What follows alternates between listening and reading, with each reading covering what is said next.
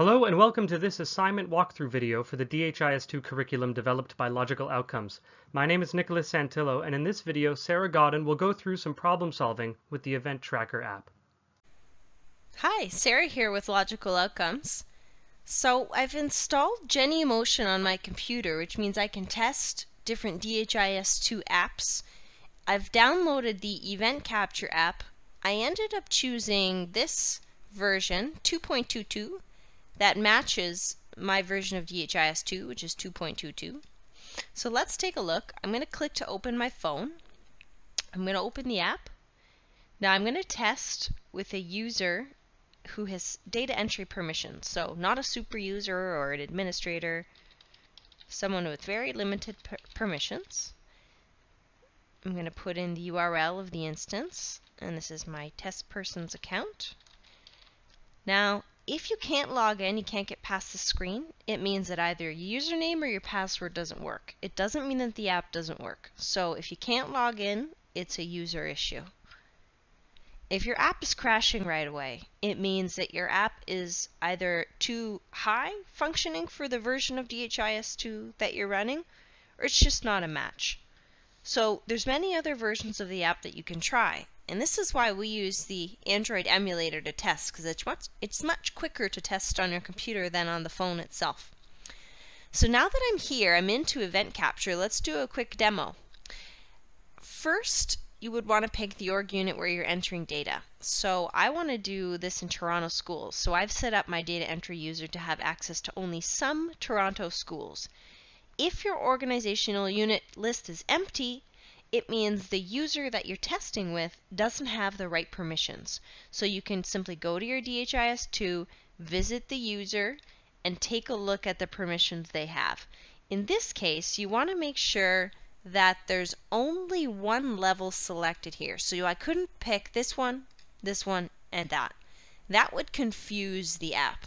So for a data entry person, be very specific. What form are they using or forms? Where are the forms assigned to? And only pick one level. What I could do is pick, say if there were more regions here, I could pick them as long as they're all falling under the same parent. So in this case, for my Sara test, I've assigned them to a number of Toronto schools.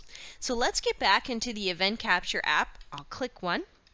I've only created one program to work with this form, and we have to enter an event. So first I'll pick the report date. Today is fine. There's only two questions here. What's the purpose of this visit? So let's say the student was preparing for college, and how old is the student? Let's say they're 17. Now if you notice, there really isn't anything to do here except for complete the event.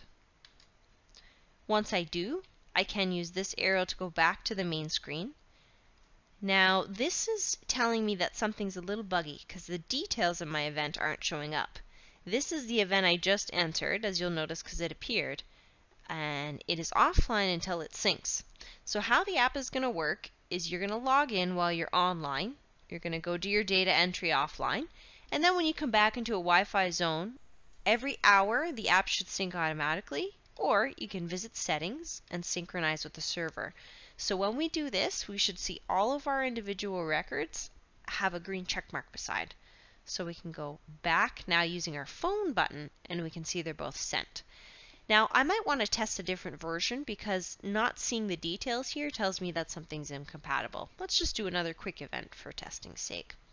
So we can go back a week, pick a different option, and right away, after you complete and you sync up your data, you can go onto DHIS2 and check.